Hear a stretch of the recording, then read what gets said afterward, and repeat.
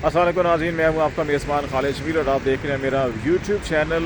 पाकिस्तान तहरीक इंसाफ के कारकुनों के लिए और इमरान खान के फॉलोअर्स के लिए अच्छी खबर ये है कि उनकी ज़मानत और रिहाई के हवाले से कुछ पेशरफ्त हुई है। लाहौर हाई कोर्ट के अंदर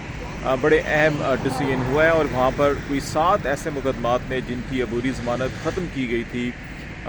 लाहौर की अदालतों में। इनमें 9 मई के कुछ मुकदमात थे, ज़िले शाह के हवाले से जो कत्ल केस था वो था, और कुछ दीगर मुकदमात थे। उनमें लाहौर हाई कोर्ट ने आज उन 7 मुकदमात में इमरान खान की जो बुरी ज़मानतें ख़त्म की गई थी उनको बहाल कर दिया। तो इसलिए अब इमरान खान की रिहाई में 3 बड़े अहम केसेस बाकी रह चुके हैं। उनमें से तोशाखाना केस है, अलकादर ट्रस्ट केस है। इन दोनों केसेस की भी एहतसाब अदालत से ज़मानतें जो हैं वो मनसूख हुई थी, उन्होंने कबूल नहीं की थी दरख्वास्त की ज़मानत की। तो ये मामला जो है इस्लामाबाद हाई कोर्ट में आज बाज़ाब्ता तौर के ऊपर पटिशन्स अलग अलग 2 फाइल कर दी गई हैं और तवक्को की जा रही है कि इसी हफ्ते में इस्लामाबाद हाई कोर्ट में इनकी समाअत होगी। और दूसरा मामला जो है कि वो एक और केस है जिनके अंदर इमरान खान की अभी भी जो है कि ज़मानत दरकार है, और वो 9 मई के मुकदमात हैं। और ये मुकदमात तकरीबन 13 मुकदमात हैं जो रावलपिंडी के अंदर दर्ज किए गए थे। इनकी तफ्तीश मुकम्मल हो चुकी है, जुडिशल रिमांड हो चुका है। इसमें इन जुडिशल रिमांड को और केसेस में गिरफ्तारी को जो है कि वो चैलेंज किया गया रावलपिंडी की दहशतगर्दी की अदालत में, और उसमें मोहम्मद शेख रशीद ने की जो गिरफ्तारी है उसको भी चैलेंज किया गया था। तो उन सारे मामलात को निपटा कर इकट्ठा करके जो है कि वो 25 तारीख को तमाम IOs को नोटिस सर्व किए गए हैं। तो वहाँ पर भी 25 में इसमें अहम बड़ी पेशरफ्त देखी जा रही है, और ख्याल ये किया जा रहा है कि इन मामलात में within a week Imran Khan को ज़मानतें मिल सकती हैं। लेकिन दूसरी तरफ अभी भी एक ख़दशा कायम है, और वो ख़दशा ये है कि साइफ़र केस को जिस तेज़ी के साथ निपटाया जा रहा है और इसके अंदर गवाहों के बयानात हो रहे हैं, तकरीबन 25 गवाहों के बयानात हो चुके हैं, और इसमें अभी कुछ बयानात जो हैं कि वो बाकी रह गए हैं। और तवक्को ये की जा रही है कि हुकूमत की एक कोशिश है कि अगर यहाँ से इनकी ज़मानतें हों तो उससे पहले ही किसी तौर के ऊपर साइफ़र केस में इमरान खान को जो है वो सज़ा दे दी जाए, और फिर उनको इस केस में एटलीस्ट 10 साल या इससे ज़्यादा की सज़ा दी जाए, ताकि उसमें फिर ये भी नहीं होता कि सज़ा इमीडिएटली मुअत्तल नहीं हो सकती। 2 साल तक अगर कैद हो तो मुअत्तल हो सकती है। लेकिन साइफ़र केस में जो आज़म खान का बयान आया, उस हवाले से बहुत से लोगों का ख्याल है कि ये मामला, और ख़ास तौर से सुप्रीम कोर्ट में जब ज़मानत के लिए दरख्वास्त दी गई थी तो उसमें सुप्रीम कोर्ट ने ज़मानत अलाउ किया, और उसमें उसी बुनियाद के ऊपर अलाउ किया कि इसके अंदर संगीन सज़ा नहीं बनती। ज़्यादा से ज़्यादा अगर कोई केस साबित भी होता है कि जो ऑफिशियल सीक्रेट डॉक्यूमेंट को मिसयूज़ किया गया तो उसमें ज़्यादा से ज़्यादा 2 साल की कैद होगी, तो इसलिए ज़मानत बनती है। तो इसलिए लोअर कोर्ट के लिए बड़ा मुश्किल होगा ये इस्टेब्लिश करना कि नहीं ये इतना संगीन केस है कि सुप्रीम कोर्ट जिसको समझ रही है कि 2 साल तक सज़ा होनी चाहिए, नहीं इतना संगीन है कि इसको इससे ज़्यादा सज़ा होनी चाहिए। तो ये उनको इस्टेब्लिश करना जो है कि लोअर कोर्ट के लिए काफ़ी मुश्किल होगा। लेकिन पाकिस्तान में बहुत से केसेस जो है मुश्किल करना साबित करना मुश्किल होते हैं, लेकिन उनमें सज़ाएँ दे दी जाती हैं। तो इसमें भी इम्कान यही है कि इस्तखासा जो है पूरी कोशिश करेगा कि इसमें इससे पहले कि इमरान खान की बाकी केसेस के अंदर जो है ज़मानत हो, उनको इसमें सज़ा दिलवा दी जाए। तो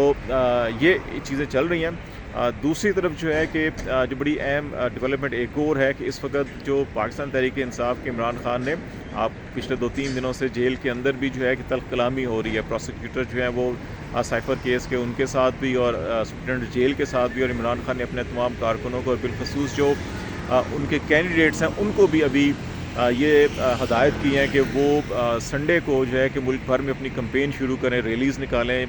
दिल से जुलूस करें। तो इसके पेश नज़र बाज़ लोगों का ख्याल है कि KP के और पंजाब के कई मुख्तलिफ़ शहरों के अंदर जो डिप्टी कमिश्नर्स ROs भी हैं, जो रिटर्निंग अफसर भी हैं, उन्होंने दफ़ा 140 जो है कि वो नाफिज की है। इनमें बेशतर अहकामात जो हैं कि उनके अंदर ये बड़ी क्लैरिटी के साथ है कि ये दफ़ा 144 जो है कि ये इलेक्शन कोड ऑफ कंडक्ट के तनाजुर में है, और इसमें जो उम्मीदवार हैं या जो बाकी लोग हैं वो असले की नुमाइश नहीं कर सकते, और गैर कानूनी हो या लीगल असला उसकी नुमाइश जो है ममनू है। अदरवाइज़ जो पोलिटिकल एक्टिविटीज़ हैं वो इजाज़त के साथ की जा सकती हैं। तो लेकिन इन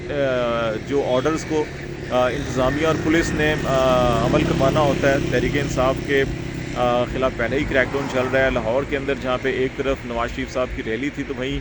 दूसरी तरफ लतीफ़ खोसा के घर के बाहर पुलिस की अच्छी खासी नफरी मौजूद थी, और ख्याल ये किया जा रहा था कि अगर लतीफ़ खोसा साहब के घर से कुछ लोग निकलते हैं रैलीज़ की शक्ल में या कोई एक्टिविटी करते हैं तो उनको गिरफ़्तार किया जाएगा। तो ये चीज़ें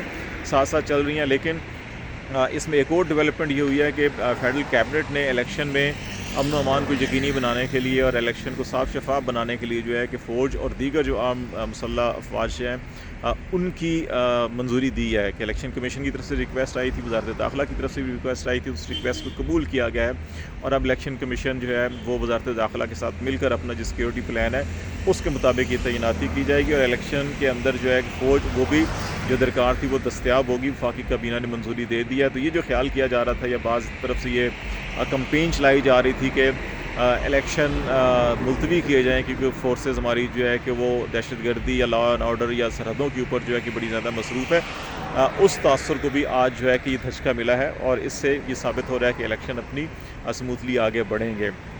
ایک اور بڑی اہم ڈیولپمنٹ جو ہے وہ یہ ہوئی ہے کہ ابھی پاکستان تحریک انصاف کے تمام کا جو امیدوار ہیں یہ آزاد حیثیت میں الیکشن لڑ رہے ہیں اور ان کو الیکشن کمیشن نے آزاد کیا تھا، لیکن الیکشن کمیشن کی جو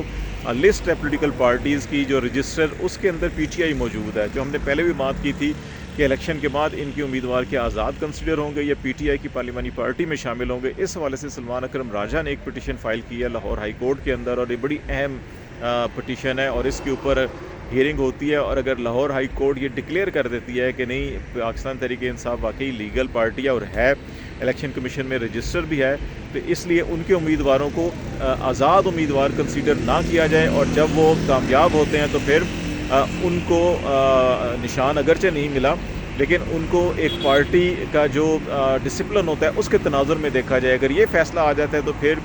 پی ٹی آئی کے لیے جو ریزرو سیٹ کا حصول ہے وہ بھی آسان ہو جائے گا اور پھر اسمبلی کے اندر ان کی جو ہارس ٹریڈنگ کی خیال کیا جا رہا تھا، پی ایم ایل این کی بھی نظریں، آئی پی پیز کی بھی نظریں ہیں اور پیپلز پارٹی کی بھی نظریں جو ہے کہ آزاد امیدواروں پہ لگی ہوئی ہیں پی ٹی آئی کے۔ اگر لاہور ہائی کورٹ اس قسم کا فیصلہ دیتی ہے تو پھر ان ساری سیاسی جماعتوں کو دھچکا لگے گا اور پاکستان تحریک انصاف کو یہ بڑا فیور ہوگا اور یہ ان کے جو ارکان کامیاب ہو گئے آئیں گے ان کو نہیں توڑا جا سکے گا اور پھر اس وقت جو آن گراؤنڈ سچویشن نظر آ رہی ہے اس میں ایک بھاری اکثریت پی ٹی آئی کے آزاد امیدواروں کی کامیاب ہوتی ہوئی نظر آ رہی ہے، تو اس انداز میں ان کو حکومت سازی کے اندر بڑی اہم مدد ملے گی۔ تو یہ آج کی امپورٹنٹ اہم ڈیولپمنٹ تھی۔ جیسے ہی معاملات مزید جو ہے کہ ڈیولپمنٹ ہوں گی آپ کو آگاہ کرتے رہیں گے۔ فی الحال اتنا ہی، خالد شمیل کو اجازت دیجیے، اللہ حافظ۔